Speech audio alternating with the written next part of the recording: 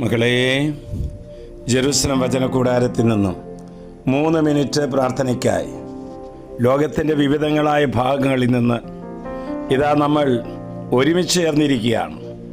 ഒരു മാലയിൽ കോർത്ത പുഷ്പങ്ങളെപ്പോലെ നമ്മുടെ ഹൃദയങ്ങളും നമ്മുടെ നിയോഗങ്ങളും ദൈവവചനത്തിലേക്ക് ഇതാ നമ്മൾ ശ്രദ്ധ വയ്ക്കുകയാണ്.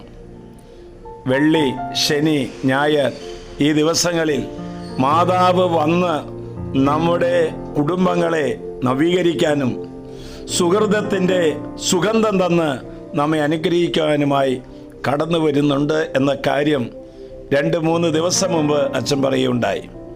തീർച്ചയായിട്ടും ദൈവത്തെ പ്രസാദിപ്പിച്ച ധാരാളം വ്യക്തികളുണ്ട്. എന്നാൽ പരിശുദ്ധ കന്യാമറിയമാണ് കർത്താവിനെ പ്രസാദിപ്പിച്ച ഏറ്റവും അനുകരണയോഗ്യമായ സ്ത്രീരക്തം. ഇതാ വചനം തരുന്നു. 147 സങ്കീർത്തനം 11 വാക്യം.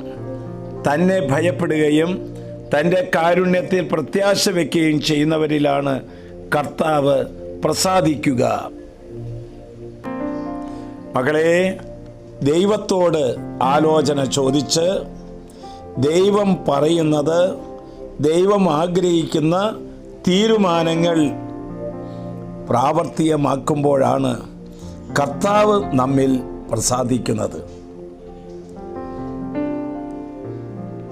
നാം എടുക്കുന്ന ഓരോ തീരുമാനങ്ങളിലും നാം ചിന്തിക്കുന്ന എല്ലാ ചിന്തകളിലും ദൈവവുമായൊരു ബന്ധമുണ്ടായിരിക്കണം, നല്ല ബന്ധമുണ്ടായിരിക്കണം, നല്ല കണക്ഷൻ ഉണ്ടാകണം.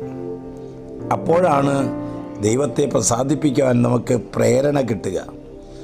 ഒരു ആത്മീയ മനുഷ്യൻ കുറേ ആലോചിച്ചല്ല തീരുമാനമെടുക്കുന്നത്, മറിച്ച് പ്രാർത്ഥിച്ചാണ് തീരുമാനമെടുക്കേണ്ടത്. ഒരു ജോലി അന്വേഷിക്കാൻ പോകുമ്പോൾ, ഒരു യാത്രയ്ക്ക് പോകുമ്പോൾ, ഒരു കോഴ്സ് ചേരാൻ പോകുമ്പോൾ, സ്ഥലം വാങ്ങിക്കാൻ ഒരുങ്ങുമ്പോൾ, വിവാഹം ആലോചന നടക്കുമ്പോൾ, ഒരു രോഗി ഡോക്ടറെ കാണാൻ പോകുമ്പോൾ ഒത്തിരി പ്രാർത്ഥിച്ച് യാത്രയാകണമെന്നാണ് ദൈവത്തിൻ്റെ തിരുഹിതം. കുറേ നല്ല കാര്യങ്ങൾ ചെയ്താൽ പോരാ, പിന്നെന്ത് വേണം? ഈശോയ്ക്ക് ഇഷ്ടമുള്ള ഒറ്റ കാര്യം ചെയ്താൽ മതി.